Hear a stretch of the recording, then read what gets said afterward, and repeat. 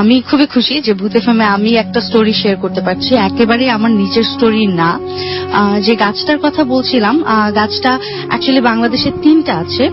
একটা আছে ময়মনসিংহে, একটা আছে আজমপুর গোরস্থানে, এন্ড আরেকটা হচ্ছে আমাদের গ্রামের বাড়িতে, যেটা হচ্ছে বারুককুণ্ড, সীতাকুণ্ড থানার আন্ডারে পড়ে বারুককুণ্ড। এন্ড মূল ব্যাপার যেটা আসলে এই গাছটাতে একটা ফল হয় যেটাকে আমরা খিরমি বলি। তো ওই খিরমি ফলটা শুধুমাত্র আমাদের গ্রামে যে গাছটা আছে সেটাতেই হয়, বাট ওই গাছটা যে বাকি যে দুটোতে আছে সেই দুটোতে কখনো ফল হয়নি, এখনো পর্যন্ত কখনো হয়নি, এবং ওগুলোতে ফল হয় না। বাট আমাদের ওই গাছটাতে বেশ ভালোই ফল হয় এবং ফলটা খেতে বেশ মজাও। হ্যাঁ, সেটাও বলেছেন, এবং বাচ্চারা একজন আসে ফল। হ্যাঁ, একদম ভোরে ভোরে অনেকগুলো পড়ে থাকে এবং বাচ্চারা এসে কিন্তু সবগুলো কালেক্ট করে নিয়ে যায়। তো দেখা যায় যে আমরা যদি একটু লেটে যাই, মানে 5টা 5:30টার পরে যাই গাছের নিচে, তাহলে আমরা আর পাই না। তো হ্যাঁ, আপনি নিজেও খেয়েছেন ওই ফল? হ্যাঁ, আমি নিজেও খেয়েছি। তো গাছটার যে স্টোরিটা, আমার যে স্টোরিটা সেটা হচ্ছে আমার এক ফুপুকে নিয়ে স্টোরিটা। আমার যে ফুপি আছে, আমার ওই ফুপি অ্যাকচুয়ালি উনারা যখন যৌবনকালে ছিলেন আর কি, তো তখন উনি এবং আমার অন্যান্য আরো অনেকজন ফুপি, উনারা সবাই ওই গাছের নিচে বিকেল বেলা বেড়াতে গেলেন। তো বিকেলে বেড়াতে যাওয়ার পরে ফুপি যেটা হলো যে উনি ওখানে ঘোরাঘুরি করলেন, ঘোরাঘুরি করে ওখান থেকে চলে আসলেন। একটু বলে রাখি প্রসঙ্গত, যেটা হচ্ছে আমার ওই ফুপির চুল কিন্তু ভীষণ লম্বা, ভীষণ ঘন এবং ভীষণ সুন্দর চুল, এবং চুলটা খোলা রেখেই ওনারা বেড়াতে গেছেন। বাট মাগরিবের আজান দেবে ঠিক ওরকম সময় ওনারা তাড়াহুড়ো করে আবার সবাই ঘরে চলে আসলেন, যেটা বুড়ো বুড়িরা বলে যে এই মাগরিবের আগেই বাসায় ফিরতে হবে, মাগরিবের সময় বাইরে থাকবে না, বিশেষ করে গাছের নিচে তো একেবারেই না। তো ফুপি যখন বাসায় ফিরে আসলেন, এরপরে যেটা হলো যে ফুপি বাসায় এসে স্বাভাবিক মাগরিবের আজানের পরে বসে চুল আঁচড়াচ্ছেন, এবং যখনই উনি চুলটা আঁচড়ে চুলে একটা বেনি পাকাতে গেলেন, ঠিক তখন উনার মাথা ঘোরা শুরু করলো এবং উনার মনে হচ্ছিল যে উনার মাথা জ্বলছে, এন্ড ঠিক এটা করতে করতে উনি মাথা ঘুরে পড়ে গেলেন। তো একবার সেটা হলো উনি হ্যাঁ, উনার মাথা জ্বলছে মনে হচ্ছে উনার, এবং মাথা ঘুরে উনি পড়ে গেছেন, ফেইন্ট হয়ে গেছেন। পরবর্তীতে ওঠার পরে উনি বাসার সবাই তাড়াহুড়ো করে ধরাধরি করে ওঠানোর পরে উনাকে জিজ্ঞেস করলো যে কি হলো, বলে আমি চুল আঁচড়াতে গেলাম, আর চুল আঁচড়াতে গিয়ে দেখছি যে আমার এরকম অবস্থা। তো এরপরে হুজুর ডেকে নিয়ে আসা হলো, হুজুর আসলেন, উনি বললেন যে ঠিক আছে, আমি আসলে বুঝতে পারছি না কি কারণে এরকম হলো, তো মা তোমার যেহেতু বারবার এরকম হচ্ছে, তুমি যতবারই চুল আঁচড়ানোর চেষ্টা করছো ততবারই তোমার এরকম প্রবলেম হচ্ছে, তুমি আজকে না হয় চুলটা মানে না আঁচড়াও, আমি দেখি কি হয়, আমি তোমাকে জানাবো অবশ্যই, আমি চেষ্টা করছি কি হয়। তো জানি না হুজুর সেদিন রাত্রে কি করেছেন বা কি হয়েছিল সেটা আমি জানি না। পরবর্তীতে যেটা শুনেছি যে পরের দিন এসে হুজুর জানালেন যে রাত্রেবেলা হুজুর স্বপ্ন দেখেছেন ওই খিরমি গাছের উপরে একজন ভীষণ বৃদ্ধ একজন জিন থাকে। তো ওই জিন এসে হুজুরকে বললেন যে তার বয়স 400 বছর এবং সে 400 বছর ধরে এই খিরমি গাছের উপরে আছে। আর তখন তিনি যেটা বললেন যে আমি তোমাদেরকে নিষেধ করছি, ওকে তোমরা চুল আঁচড়াতে মানা করো, কারণ ও আসলে আর কখনো চুল আঁচড়াতে পারবে না। মানে চুল আঁচড়াতে পারবে, ইনফ্যাক্ট চুল বাঁধতে পারবে না কখনো, মানে বেনি বাঁধতে পারবে না বা খোপা করতে পারবে না, মানে বাঁধতে পারবে না, চুলটা খোলা রাখতে পারবে। তো বললেন যে তোমরা ওকে মানা করে দাও এটা করতে, আসলে ওর চুল তো অনেক সুন্দর। তো আমি দেখো একজন খারাপ জিন হলে ওর হয়তো অনেক বেশি ক্ষতি হতো, তো আমি কিছুই করিনি, আমার খুব সুন্দর লেগেছে, এই কারণে আমি শুধুমাত্র আমার যেটাকে আমরা শাহাদাত আঙ্গুল বলে থাকি, উনি বলেছেন যে উনার শাহাদাত আঙ্গুল দিয়ে উনি একটু ছুঁয়ে দেখেছেন, এন্ড বললেন যে এরপর থেকে আসলে আর কখনো চুল বাঁধতে পারবে না, তো ওকে এটা চেষ্টা করতে মানা করো, কারণ ও যতবারই চেষ্টা করবে ওর সাথে এই ধরনেরই সমস্যা হবে। তো এরপর থেকে আমার ওই ফুপি অনেকবার চেষ্টা করেছেন চুল বাঁধার, কখনোই চুল বাঁধতে পারেননি। আল্লাহর রহমতে আমার ওই ফুপি অনেক বয়স হয়ে গেছে, বাট এখনো আল্লাহর রহমতে আছেন, বেঁচে আছেন, এবং এখনো পর্যন্ত আমরা দেখি যে আমার ওই ফুপি কখনো চুল বাঁধতে পারে। অদ্ভুত ব্যাপার, মানে ওনার লাইফে এই ঘটনাটা ঘটেছে কত বছর আগে তাও? আমার এক্স্যাক্টলি আমি বলতে পারবো না, মেবি সেটা আরো 30-40 বছর আগের ঘটনা। 30-40 বছর ধরে উনি চুল বাঁধেন না এখন, এইভাবেই রাখতে হয়? হ্যাঁ, এইভাবেই রাখতে হয়। ভীষণ অদ্ভুত। গাছটা যদি কেউ দেখতে যেতে চায় এমনি দেখতে যেতে পারে তো? অবশ্যই অবশ্যই, একদম আমাদের নিজেদের বাড়িরই পেছনে, তো ডেফিনেটলি আপনারা সবাই আমন্ত্রিত, আমাদের গ্রামে এসে বেরিয়ে যেতে পারেন, দেখে যেতে পারেন। থ্যাংক ইউ সো মাচ তোমা। আমার বাবা he was one of the first Bangladeshi to do a world bicycle. আচ্ছা, ওনার ছেলে হওয়াতে আমার আই অলওয়েজ ফেল লাইক আমার কিছু একটা করতে হবে। সো আমার পুরো এ লেভেল সময়টা আমি প্ল্যান করছিলাম যে এ লেভেলটা শেষ হওয়ার সাথে সাথে আমি সাইকেল নিয়ে কক্সবাজার চালাই যাব। সেটা ছিল প্রথম প্ল্যানটা, এবং আমার ফ্রেন্ডদেরকে বললাম, অনেকে একসাথে হলো। লাস্ট মোমেন্টে গিয়ে সবাই আর মানে যখন দেখছে যে আসলে প্ল্যানটা সিরিয়াস হতে যাচ্ছে, এট দি এন্ড আমরা মাত্র 4 জন রয়ে গেল।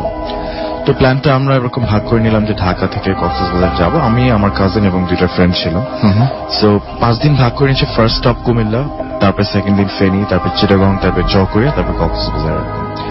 সো কাহিনীটা হয়েছে আমার চিটাগং এ, এবং চিটাগং এর যে আমরা থার্ড ডেতে ছিল ওটা ছিল হচ্ছে ফেনী টু চিটাগং। আচ্ছা, আমরা দিনে অ্যাভারেজ ধরেন 80 কিলোমিটার চালাতাম। বাট ওই দিন আমাদের ওই দিনটা খুবই খারাপ একটা দিন ছিল। 80 কিলোমিটার আমরা চালাই, বাট আমরা উই নিউ যে আমাদের ওই দিন 80 থেকে বেশি চালাতে হবে, এবং একদম জুলাইতে ছিল সেটা, 2006 এর। সো অনেক গরমের মধ্যে। এন্ড আমার ফ্রেন্ড ওই দিন ট্রাকটাকে চাপিয়ে রাস্তার মানে নিচে ফেলে দেয় এবং সে মাথা ফাটিয়ে ফেলে। আচ্ছা, সো ওই অবস্থায় তাকে আমরা আশেপাশে একটা ক্লিনিকে নিয়ে কোনো মতে মাথাটা সেলাই করলাম, এবং ওই ছেলেটা মানে হি ওয়াজ এ ব্ল্যাক বেল্ট। তারপরে সে কন্টিনিউ করলো আমাদের সাথে। তো কন্টিনিউ করে আমরা চিটাগং থেকে যাচ্ছি এবং দিনটা অলরেডি খুবই খারাপ গেছে, আমাদের অলরেডি সময় নষ্ট হয়ে গেছে। এবং আমরা কিন্তু সন্ধ্যার পরে সাইক্লিং করতাম না, বিকজ বাংলাদেশের হাইওয়ে অনেক ডেঞ্জারাস সাইক্লিং এর জন্য স্পেশালি। এবং তখন কিন্তু সাইক্লিং এর এই ঝোঁকটা ছিল না, তো সাইকেলের জন্য প্রপার লাইটস, রিফ্লেক্টার্স, এগুলো আমরা এত প্রিপেয়ার্ড ছিলাম না। তো আমরা চিটাগং যাচ্ছি এবং দেখছি যে পথ আর শেষ হচ্ছে না, এবং চিটাগং ঢোকার আগ মুহূর্তে অলরেডি আমরা 100 কিলোমিটার চালিয়ে ফেলেছি। এন্ড আমার ফ্রেন্ড জাদনান ছিল, অলরেডি তার মাথা ফাটা তখন, মানে ওই অবস্থা সে চালাচ্ছে কি, মানে মোটামুটি সে যথেষ্ট মানে সুস্থ না, মাথা সেলাই করে তারপরে আমরা রওনা দিচ্ছি। তো এট দি এন্ড আমরা চিটাগং ফাইনালি 117 কিলোমিটার, এক্স্যাক্টলি আমার এখনো মনে আছে আমার মিটার, 117 কিলোমিটার সাইক্লিং করে পৌঁছালাম। রাত বাজে তখন 10টা, এবং আমাদের জন্য বেশ অনেক কয়েকজন জার্নালিস্ট প্রেস ক্লাবে তারা ওয়েট করছিল যে আমরা যাবো, আমাদের একটা ইন্টারভিউ নেবে, তারপরে আমরা যাবো হচ্ছে আমরা যেখানে যাওয়ার কথা। তো আমরা সেখানে গিয়ে ইন্টারভিউ দিলাম, দিতে ওখান থেকে বেরোতে আমাদের বেজে গেল 12:30টার মতো। এবং আমরা থাকবো কোথায়, আমার এক ফ্রেন্ডের একজন ছিল আমাদের সাথে, স্বভাব, ওনার বাবা উনি আর্মিতে ছিলেন, উনি আমাদেরকে প্রত্যেকটা স্টপে আমাদের একটা ইদার আর্মি বা রেলওয়ে রেস্ট হাউস ম্যানেজ করে দিয়েছিল যেখানে আমরা থাকবো। সো চিটাগং এ আমাদের থাকার কথা টাইগার পাস। যারা চিটাগং থেকে শুনছেন তারা খুব ভালো মতো এই এলাকাটার কথা জানেন, টাইগার পাস। আমি তখনও ফ্যামিলির ছিলাম না টাইগার পাস। আমি শুধু জানি যে এরকম আমাদের টাইগার পাসে যেতে হবে, ওখানে রেলওয়ের একটা রেস্ট হাউস আছে, ওখানে গিয়ে আমরা ওই দিন রাতটা কাটাবো। তো আমরা 12:30টার দিকে প্রেস ক্লাব থেকে বেরোয় টাইগার পাস। আমি চিটাগং খুব একটা চিনি না, আমরা কেউ চিটাগং এ অত একটা যাইনি তখনও। খুঁজতে প্রায় 1টা বেজে গেল। একটার সময় আমরা টাইগার পাসে ঢুকতেই না ব্যাপারটা কেমন ডিফারেন্ট ছিল, জায়গাটা মানে নর্মাল মনে হচ্ছে না, বিকজ লম্বা গাছ, অন্ধকার, পুরো অন্ধকার, এবং যে বিল্ডিং গুলো দেখছি সব পুরোনো দিনের লাল ব্রিকের বিল্ডিং, ব্রিটিশ আমলের মনে হচ্ছে। তো এর মধ্যে আমি যে রেস্ট হাউসটা খুঁজবো, ওই রেস্ট হাউসে কোনো ফোন নাই অ্যাপারেন্টলি, ফোন নাম্বার পেয়ে যেখানে আমরা ফোন করে জানাতে পারবো। আমরা শুধু ঢাকায় ফোন দিচ্ছি যে আমরা এখানে কাছাকাছি চলে এসেছি, অনেক রাত হয়ে গেছে, আমরা খুঁজে পাচ্ছি না, একটা ব্যবস্থা করতে হবে, ওখানে কোনোভাবে কন্ট্যাক্ট করার একটা ব্যবস্থা করতে হবে। এর মধ্যে হলো কি, আমার যে ফ্রেন্ডের মাথা ফেটে গেছিল ওর 104 জ্বর উঠে গেছে, খুবই স্বাভাবিক, খুবই বাজে অবস্থা। এবং তখন আমাদের কাছে মানে নাপা দিয়ে মানে এরকম ছোটখাটো 104 জ্বর মানে সেটাই মানে একটা ভালো অ্যাক্সিডেন্ট হয়েছে তার। হেলমেট ছিল না কিন্তু তখন তার। তো আমরা এরকম লিটারালি অসহায়ের মতো ছিলাম। ভিতরে টাইগার পাসে আমরা 4 জন আমাদের একটা ড্রেস করছিলাম, সবাই সাদা ড্রেস পরেছিলাম। এটাতে না মানুষ আমাদেরকে দেখে ভয় পেয়ে যেত এত রাতে। 4 জন সাদা ড্রেস পরে সাইকেল চালা যাচ্ছে। সো আমরা টাইগার পাসের ভিতরে খুঁজেই যাচ্ছি, পাচ্ছি না। একটার সময় আমরা ঢুকেছি, তখন বাজে প্রায় 2টা। আমরা খুঁজে পাচ্ছি না, এবং আমার ফ্রেন্ড আর সাইকেল চালাতে পারছে না। এবং হঠাৎ একটা করে সিএনজি যায়, থামতে বলি যে ভাই ডিরেকশনের জন্য কোথায় এটা জানতে চাবো। কেউ ভয় থামে না, বিকজ শুনলাম যে ওই এলাকাটা নাকি খারাপ, রাত্রে অনেক চিন্তা হয় এবং অনেক প্যারানর্মাল জিনিসপত্র হয়, তো কেউ থামতে চাচ্ছে না। তো একটা পয়েন্টে আমি যেটা বললাম, আমার কাজিন ছিল, আমরা 4 জন টোটাল, আমার কাজিন এবং আমার ফ্রেন্ড আদনান, যার মাথা ফেটে গেছে। আমরা হঠাৎ করে একটা ছোট বিল্ডিং পেলাম, ওখানে একটা লাইট জ্বলছে, একটা ছোট ক্লিনিকও বলবো না, একটা ইনফার্মারি টাইপের একটা জায়গা ছিল, ভিতরে 2টা নার্স ছিল। এবং আমরা গিয়ে ওখানে বললাম যে দেখেন আমাদের এরকম অবস্থা, আমরা একটা রেস্ট হাউস খুঁজছি। আমার ফ্রেন্ডকে দেখালাম যে ওনার খুবই বাজে অবস্থা, আমরা জাস্ট ইন কেস যদি রেস্ট হাউসটা না খুঁজে পাই তাহলে আমরা কি এখানে রাতটা কাটাতে পারবো কিনা। আচ্ছা, উনি স্ট্রেট ওয়ে মানা করে দিল, বললেন আপনাদেরকে আমরা চিনি না, আমরা এটা কিছু করতে পারবো না। বিকজ ওই এলাকাটাই এমন, মানে রাত্রেবেলা কেমন যেন একটা মানে একটা ভয় লাগে, থমথমে একটা ব্যাপার হয়ে যায়। একটা ব্যাপার থাকে। তো করা যাবে না, তখন আমরা বেশ কয়েকটা আশেপাশে কয়েকটা বিল্ডিং এ উঠে যাই, দেখি সব তালামালা। তো এবং ওই জায়গাটা কিন্তু একটু মানে উঁচু নিচু, অনেক ছোট ছোট পাহাড়ের উপরে জায়গাটা, উঁচু নিচু, অনেক বিশাল বড় বড় গাছ। তো একটা পয়েন্ট আমি বললাম যে আদনান আর আমার কাজিনকে বললাম সাইকেল আর চালাতে পারছিলাম না। 117 কিলোমিটার চালানোর পরে আমরা ড্রেইন আউট পুরো, এবং আমরা ডিনার করি নাই, তার মধ্যে আমার ফ্রেন্ডের এই অবস্থা।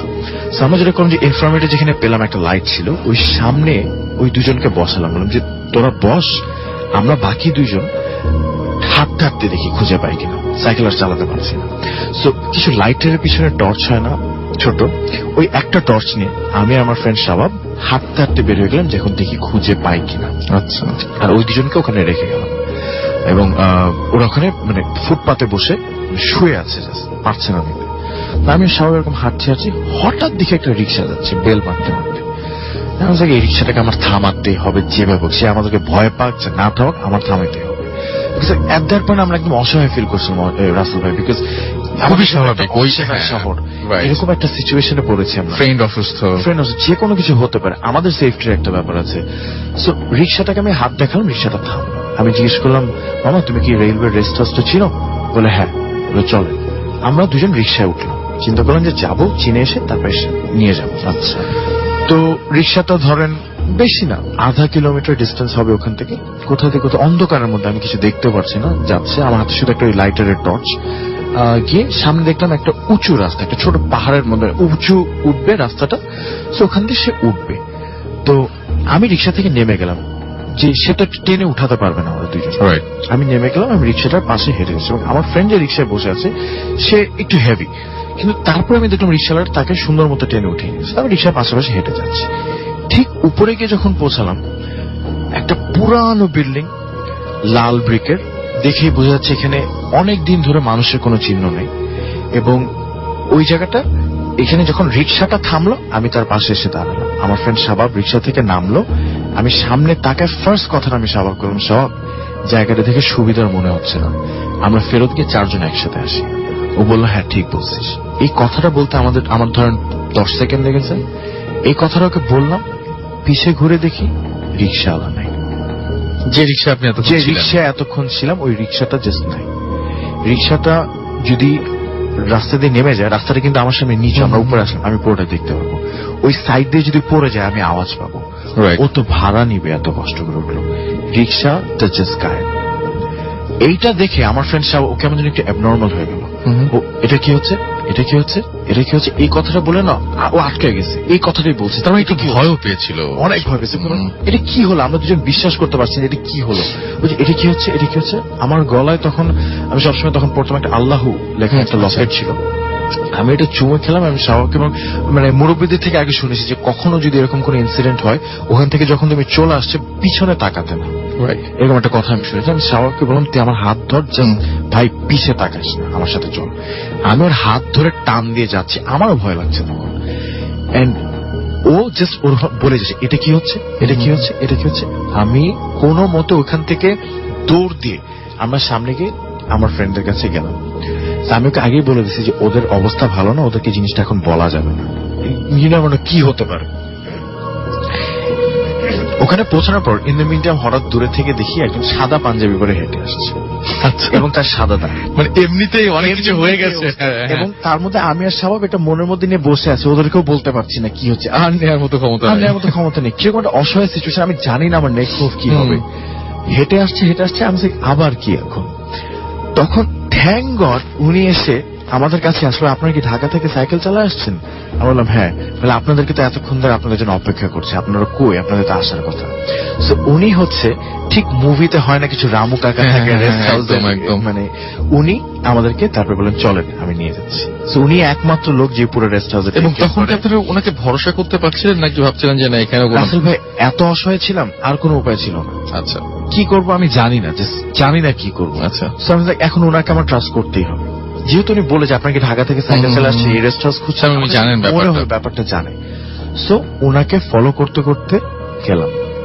রাসেল ভাই আপনি বিশ্বাস করবেন না, যেই জায়গাটা আমাদেরকে রিক্সাওয়ালাটা নিয়ে গেছিল ঠিক ওই জায়গাটাতে রেস্ট হাউসটা ছিল, আমাদের চোখেও পড়েনি, ওই বিল্ডিংটা ঠিক পাশে। ও মাই গড, তার মানে উনি হেল্প করেছেন, হেল্প করে গেছেন, উনি হেল্প করেছেন। পরে এসে যখন ঘটনাটি আমাদের মুরব্বীদেরকে বলেছে, বলে যে এটা হয়তো একটা ভালো জিন ছিল, আপনাদেরকে পথটা দেখে গেছে। এবং মজার জিনিস হচ্ছে, আমরা যখন ওই রেস্ট হাউসটাতে গেলাম, তখন গিয়ে ডিনার করার সময় এখন তোদেরকে বলা যায় কাহিনীটা। আমি বললাম যে আদনান, রফি ভাই, একটা জিনিস হয়েছে, বলে আমাদের সাথে একটা জিনিস হয়েছে, তোকে বলতে হবে। আমি বললাম কি হয়েছে, তোমরা আগে বলো।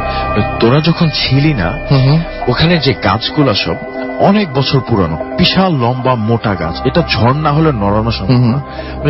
এক সারিতে অনেকগুলো গাছ, কোনো গাছ নড়ছে না, একটা গাছ নাকি খালি দুলছে, মানে এদিক ওদিক করে দুলছে। এবং আদনান চোখ বন্ধ করে শুয়েছে, রুফি ভাই জিনিসটা দেখছে, ও ভয়, ও একটু বেশ ভীতু, ও ভয় কিছু বলতে পারছে না।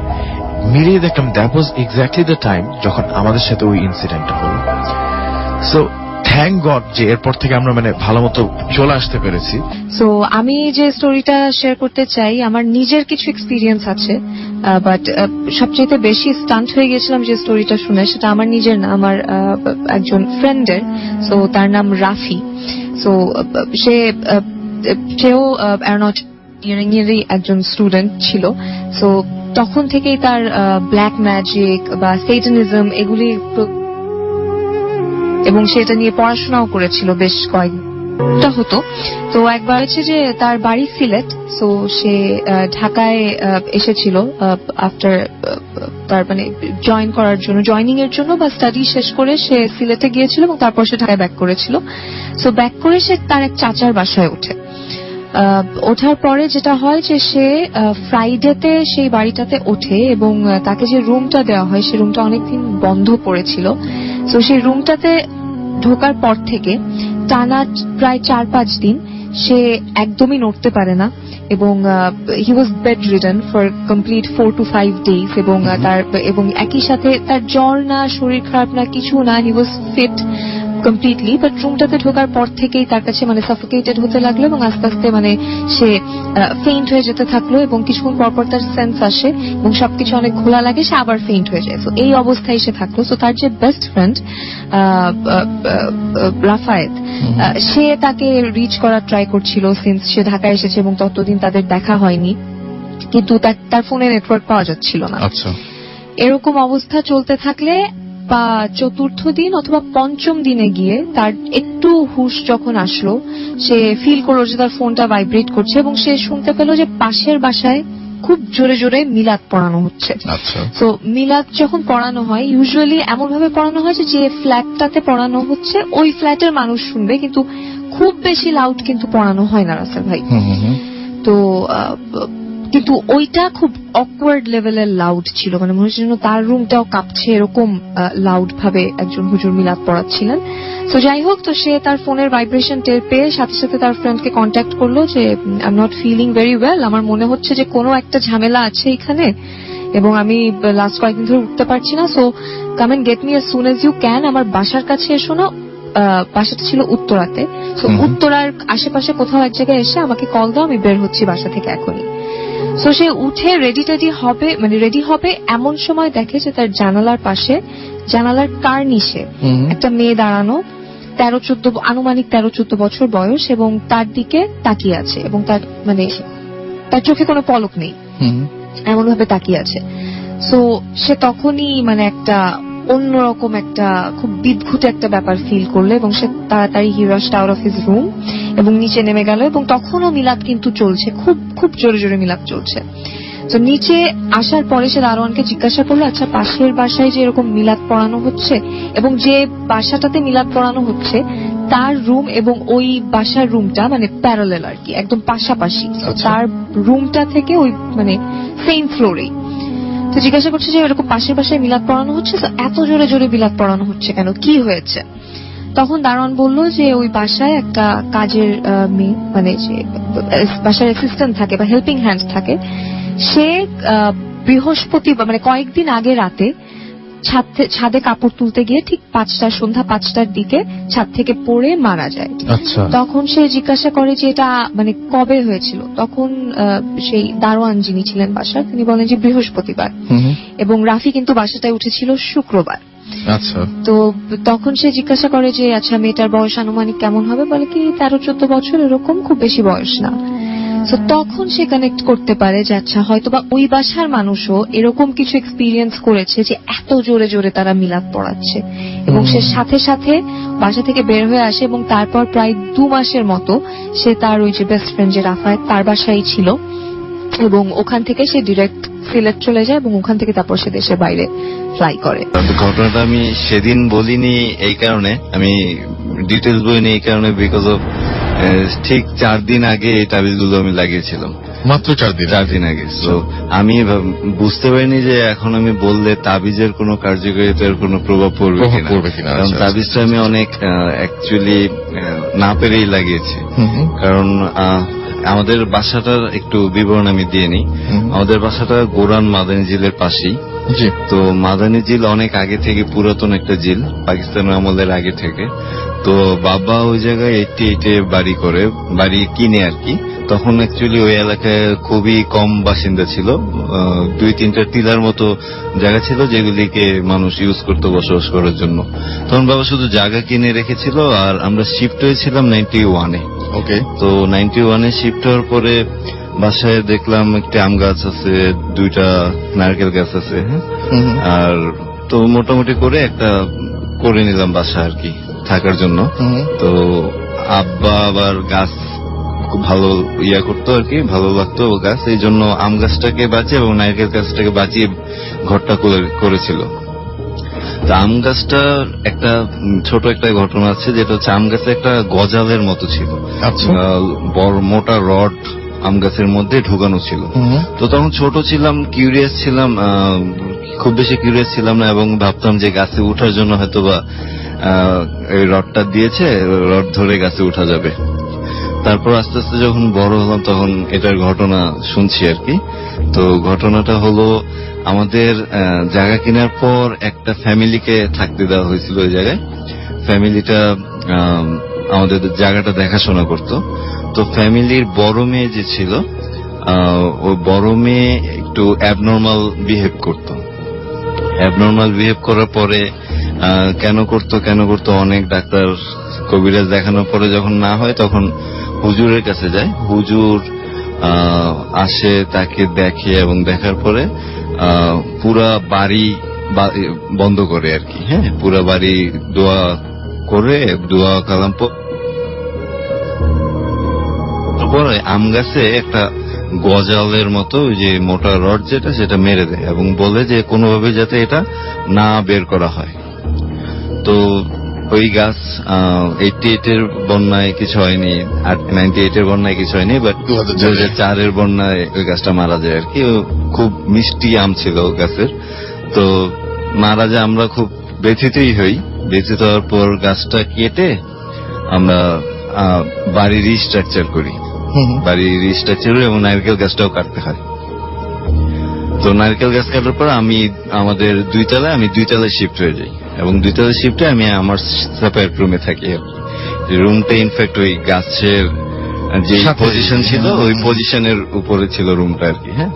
তো এই কারণে আমি শিফটে এবং একা ঘুমাই আর কি, আমার রুমে আমি একা থাকি।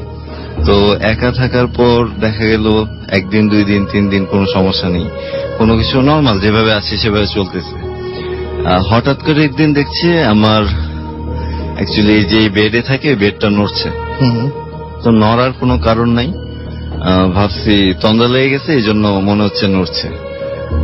একটু সজাগ হলাম, একদম ভূমিকম্পের মতো আপনি বলছিলেন। হ্যাঁ, ভূমিকম্পের মতো নড়ছে। তো নড়ার অ্যাকচুয়ালি বেসিক কোনো কারণ নেই, আর নতুন খাট নড়ার কোনো অপশনই নেই, আর আমি নিজেও নাড়াচ্ছি।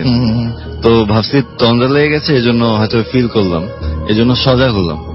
সজাগ হওয়ার পর যখন শুয়ে আছি তখন আবার নড়ছে। সাথে সাথে আমি টিভি অন করলাম, লাইট জ্বালালাম। টিভি অন করলাম বিকজ ভূমিকম্প হচ্ছে কিনা সেটা স্ক্রল দেখার জন্য, কারণ এখন টিভির স্ক্রলের সাথে চলে আসে। তো দেখা গেল যে সাথে সাথে চলে আসে কিনা, নাই কোনো স্ক্রল নাই, কোনো কিছু নেই। তো আমি লাইট অন করে এবং টিভি অন করে টাইমার দিয়ে আমি ঘুমালাম। তারপরে আমি এটা ফিল করিনি। তারপর 1 দিন 2 দিন পর আবার সেম কাহিনী। কি করব কিছু করার নাই, তো লাইট জেলে টিভি অন করে ঘুমাই।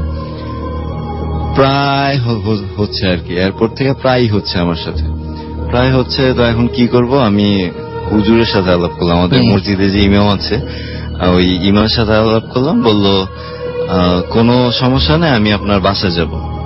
আমি বললাম আসেন হুজুর, যা করার করেন, কিন্তু আমার এই ইয়ে থেকে সেভ করেন। অ্যাকচুয়ালি আমার খুব ভয় লাগে, আমি ছোটকাল থেকে একটু ভূতের ভয় পাই আর কি।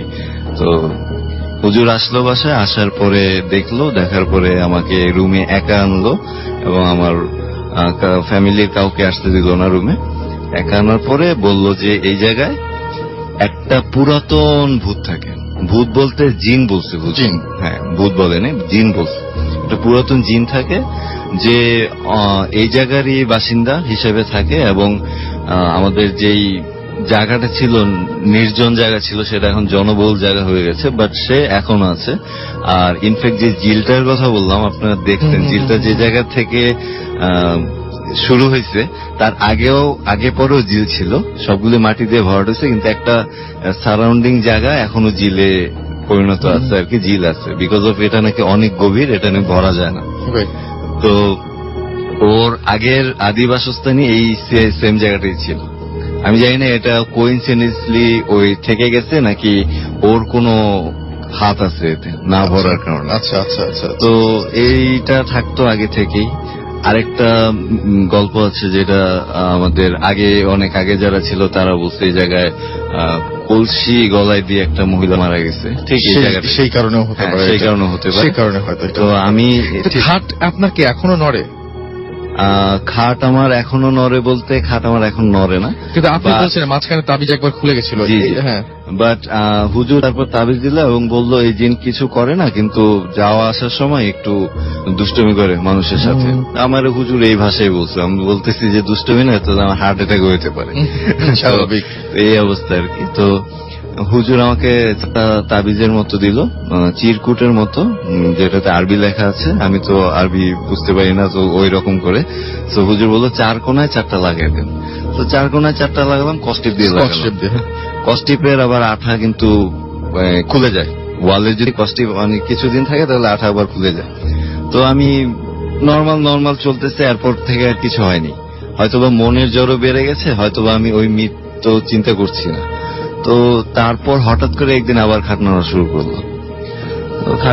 করলো। আমি কি সমস্যা, আমি লাইটটা জ্বালাম করলাম এবং সাথে আমার চোখ গেল ওই 4 কোণায়। 4 কোণার মধ্যে দেখি 2 জায়গায় আছে, 2 জায়গায় নেই। তো 2 জায়গায় নেই, আমি সাথে সাথে নিচে গ্রাউন্ডে চেক করলাম, কারণ সোফার পিছনে ঝাড়ু দেওয়া সম্ভব না আর কি, তো পড়লে ওই জায়গায় পড়তে পারে। তো দেখলাম হ্যাঁ ওই জায়গায় 2টা পড়ে আছে। তো সাথে সাথে আমার খুব ভয় লাগলো এবং আমি ডাকাডাকি করলাম, আমার ফ্যামিলির মানুষজন আসলো, বললাম যে এই অবস্থা। তো সাথে সাথে আমার বড় ভাই লাগিয়ে দিল ওয়ালে। তারপর আর কোনো সমস্যা হয়নি। আমি তখন ক্লাস 6-এ পড়ি, 6-এ ফাইনাল এক্সাম দিই। ফাইনাল এক্সাম দিয়ে তখন আমি ফ্রি। আমার গ্রামের বাড়ির এক আত্মীয়, ওনার ছোট একটা ছেলের পায়ে একটা ফ্র্যাকচার নিয়ে ট্রিটমেন্ট করার জন্য ঢাকাতে এসেছিলেন। তো কিছুদিন পর ওই ছেলেটা পায়ে ফ্র্যাকচারটা এত ডেঞ্জারাস হয়ে যায় যেটা পুরো শরীরের ব্লাডের সাথে মিশে যায় এবং ওই ছেলেটা মারা যায়। মারা যাওয়ার পর আমার বড় ভাই, যে ছেলেটা মারা যায় ওই ছেলেটার বাবা এবং আরো 2 জন লোক সাথে ছিলেন। তো সবাই মিলে আমরা তখন মনে হয় রাত্র 11টা কি 11:30 বাজে যখন আমরা রওনা দিই জেলার উদ্দেশ্যে। তো যখন অ্যাম্বুলেন্সে যাচ্ছিলাম তখন তো কিছুটা পথ আছে, প্রায় 1-1.5 কিলোমিটার, যে পথটা হেঁটে যেতে হবে, কোনো গাড়ি বা ইয়ে যাবে না, ওই অ্যাম্বুলেন্স যাবে না ওই রাস্তাটাতে। তো আমরা খুব রাতে যাচ্ছি, তো এমনিতেই খুব ছোট, প্রচন্ড ভয় পাচ্ছি রাতে। গ্রামের রাস্তাটা নর্মালি যেরকম হয় আর কি, গাছে ভরা জঙ্গলের মতো টাইপ। তো হেঁটে হেঁটে যাচ্ছি, প্রচন্ড ভয় পাচ্ছি। তো বড় ভাই বলতেছে ভয় পেও না, আমি আছি তোমার সাথে। তো হাঁটতেছি, হঠাৎ করে একটা রাস্তা, ওই গ্রামে যাওয়ার জন্য একটাই রাস্তা, রাস্তাটা 3টা রাস্তা হয়ে যায় এবং হুবহুব সেম 3টা রাস্তা, একদম একই রকম দেখতে। তার মানে এই যে আমরা এই কাহিনীগুলো যে শুনি, আপনি এটা একদম নিজের চোখে দেখেছেন। মানে আপনি তো মানে আমি যেমন হচ্ছে যে আপনার সম্পর্কে পুরোপুরি জানি। এখন আপনি যখন বলবেন তার মানে কিন্তু ব্যাপারটা হচ্ছে অন্যরকম, মানে আপনি নিজে দেখেছেন। হ্যাঁ right. এবার আমি আপনি একদম খুব একটা, নিজে ভাই। আমার মনে হয় না যে আপনি খুব একটা বিশ্বাস করেন, বাট আপনি নিজের চোখে দেখেছেন। চোখে দেখেছি ভাই। আচ্ছা। তো মানে আমি নিজেও মানে তখন এত ভয় পাচ্ছিলাম, মানে তখন আমি ক্লাস 6 থেকে মাত্র 7 এর জন্য ফাইনাল এক্সাম দিয়েছি, মানে আমি এত ছোট তখন এত ভয় পাচ্ছিলাম। তো তখন সবাই খুব সুরা করতেছিল আর করতেছিল। তো বেশ কিছুক্ষণ আমরা প্রায় 1-1.5 ঘন্টা স্টিল ওইখানে দাঁড়িয়ে আছি এবং 3টা রাস্তা দেখতে পাচ্ছি, হুবহুব সেম 3টা রাস্তা। পাশে কিছু কিছু সময় আগুন জ্বলে উঠতেছে, গাছগুলো একটু নড়াচড়া করতেছে একটু অদ্ভুত ভাবে, মনে হচ্ছে ঝড়, প্রচন্ড বাতাস বয়ে যাচ্ছে, এরকম টাইপের হচ্ছে। তো বড় ভাইকে আমি খুব জোর করে ধরে রাখছি এবং মানে আমি কাঁদতেছি তখন ওই সময়টাতে। তো ভাইয়ারা খুব জোরে জোরে সোয়া পড়তেছে আর ভাইয়া জাস্ট আমার পিঠে থাপড় দিচ্ছে আর বলছে যে তুমি ভয় পেও না, আমি আছি। তো প্রায় তখন আজান দেওয়ার কাছাকাছি যখন সময় চলে আসলো, তো একটা আজান শুনতে পেলাম। ঠিক তখন আবার আজানটা যখন শুরু হলো তার ঠিক মাঝামাঝি সময়তে যে আবার 3টা রাস্তা একটা রাস্তা হয়ে যায়। তো এই একটা রাস্তা যখন হয় তখন মানে আমরা আবার সবাই মিলে মুভমেন্টটা শুরু করি। মুভমেন্টটা শুরু করে তখন আমরা বাসা পর্যন্ত যাই আর কি। এবং আমি মানে ওই ঘটনাটার পর বাসায় যাওয়া পর্যন্ত আমার প্রচুর জ্বর চলে আসে। আমি ওইখানে মানে অসুস্থ হয়ে পড়ি এবং ওইখানে আমি প্রায় 5-6 দিন অসুস্থ ছিলাম জায়গাটাতে। ওকে। ঘটনাটা আসলে আমার এক খালার সাথে। তিনি তখন মগবাজার একটি বাসায় ছিলেন। তো বাসাটা নিয়ে একটু মানে অনেক ধরনের কাহিনী শোনা যাচ্ছে। এমনিতেই অনেক কাহিনী না বলেন, অনেক ধরনের কাহিনী শোনা যায়। হ্যাঁ। আর ওই বাসাটায় আগে যারা ছিল একটা খ্রিস্টান ফ্যামিলি ছিল, তারা বাসাটা ছাড়ার পর থেকেই নাকি মানে বিভিন্ন ধরনের মানে ভৌতিক ঘটনা ঘটতে ছিল। আচ্ছা। তো ওই ফ্যামিলি ওই বাসায় সবচেয়ে যে প্রবলেমটা হতো, রাতের বেলা প্রায় বিভিন্ন ধরনের জিনিস দেখা যেত। যেমন একদিন আমার খালা ঘুম ভাব ওই টাইমে সে হঠাৎ করে খেয়াল করলো যে বাসার তার রুমের সামনে দিয়ে ঠিক একটা নতুন বউয়ের যেমন লাল শাড়ি পরে যেমন হাঁটে, এরকম কেউ একজন যেন হেঁটে যাচ্ছে। সে খুব চেষ্টা করছিল যে তার মুখের দিকে তাকানোর, যে এটা কে, মানে সে এত ভয় পেয়ে গিয়েছে সে বুঝতে পারছিল না যে মানে সে আদৌ মানে দেখে এটা মানে নিতে পারবে কিনা। রাইট। বাট সে অনেক সাহস করে মানে তাকে দেখলো, বাট চেহারাটা অসম্ভব বিভৎস ছিল, নিতে পারে না, দেখে সে ভয় পেয়ে গেছে এবং সে সাথে সাথে উঠে লাফ দিয়ে উঠে বসে এবং সামনে গিয়ে দেখে যে ওখানে কেউ নেই। এটা ছিল প্রথম ঘটনা। এরপর আরেকটা ঘটনা ছিল, তার আমার কাজিনের ওই বাসাতেই একটা পোস্টার ছিল। তো যেই রুমটা একটা স্পেশাল একটা রুম ছিল, ওই রুম থেকেই বিভিন্ন ধরনের ঘটনাগুলো ঘটতো। তো একদিন রাতের বেলা এরকম শুয়েছিল, হঠাৎ করে এর মধ্যে সে খেয়াল করলো যে পোস্টারের চোখের মধ্যে থেকে আগুন জ্বলছে। আমার খুব আজব লেগেছে। হ্যাঁ, এটা দেখে সে হঠাৎ করে এটা দেখে একদম কিসের পোস্টার ছিল জানেন কি আপনি? এটা না খেয়ালে আমি এক্স্যাক্টলি আমি বলতে, মানুষ ছিল নিশ্চয়ই, একটা মানুষের ছেলে না মেয়ে? প্রবাবলি একটা ছেলে। আচ্ছা। প্রবাবলি কোনো অ্যাক্টর হবে। তো তার চোখে এরকম দিয়ে আগুন জ্বলছে, এটা দেখে সে মানে ভয় পেয়েছে এবং সে সাথে সাথে পোস্টারটা ছিঁড়ে ফেলে উঠে। আর ফাইনালি সবচেয়ে যেটা ভয়াবহ, যে ওই বাসা যখন তারা ছেড়ে চলে যায় তখন ফার্নিচার যা আছে সবকিছু যখন রুম থেকে করলে, তো ফাইনালি জাস্ট চেক করার জন্য যে কোনো কিছু বাদ রয়ে গেল কিনা, ওটা দেখার জন্য তারা রুমে ফেরত গেল। তখন দেখলো যেই রুমটাতে প্রবলেম হয় সেই রুমটা ঠিক মাঝামাঝি একটা জায়গায় একটা বড় একটা হাড়, যেটা কিনা মানে কোনো ইঁদুর বা পাখি এনে রাখবে এরকম না। যেমন সেটা দেখে আমার খালার সাথে সাথে ভয় পেয়ে যায়, একদম ভিতরে দৌড়িয়ে সে বের হয়ে আসে। এবং আমার মা ওখানে ছিলেন, তাকে বলে যে এসে দেখে যাও কি হয়েছে। এবং আমার মাও এটা দেখেছে এবং দেখে জাস্ট তারা ছেড়ে চলে এসছে, আর দ্বিতীয়বার ওইদিকে যায়নি। এই ছিল ঘটনা। Thank you so much. এটা ছিল অনেক একটা কঠিন দিন, অনেক কাজ ছিল। এন্ড মাঝে মধ্যে এরকম হয়, আপনারও হয়, আপনি ক্রিয়েটিভ কাজ করেন, অনেক কিছু করেন, অনেক রাত হয়ে যায় কাজ শেষ করতে করতে। তো আমি সাধারণত এরকম মাঝে মধ্যেই হয়। তো হলে যেটা করি যে আমার ড্রাইভারটাকে বলি বাসায় চলে যাও। আচ্ছা। আমি তখন বাসায় চলে যাই, নিজে ড্রাইভ করে। তো সেদিন এত বেশি কাজের চাপ ছিল, মানে it was a really very very difficult day. I was feeling so exhausted. ড্রাইভারকে বলতে ভুলে গেছি এবং ওই ড্রাইভারটাও রয়ে গেছে।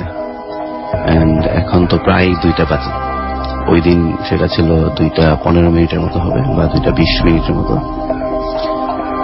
আমি অফিস থেকে নিচে নামি। নিচে নামার পর খেয়াল হলো যে ড্রাইভারকে বলি না, সে ওয়েট করছে। আরো একটা দুটো ড্রাইভার ছিল, গার্ড ছিল। আমি ওই জায়গাটায় আরো অনেক লোকজন থাকে, সারাদিনই মানুষ থাকে, কারণ মিডিয়া পাড়ার মাঝখানে জায়গাটা। তো ওখান থেকে গাড়িতে উঠলাম। আমি ভাবলাম যে আমি নিজেই চালাই এবং ড্রাইভারটাকে ওর বাড়ির কাছে কোনো একটা জায়গায় ড্রপ করি, সো দ্যাট এটা ওর জন্য ভালো হবে। আর রাতে অনেক রাত হয়ে গেছে, অনেক রাত হয়ে গেছে, আর আমরা সবাই করি, আপনিও করেন। আর ওইটা যাওয়ার পথে একটু আমাকে একটু ঘুরে যেতে হবে। তো আমি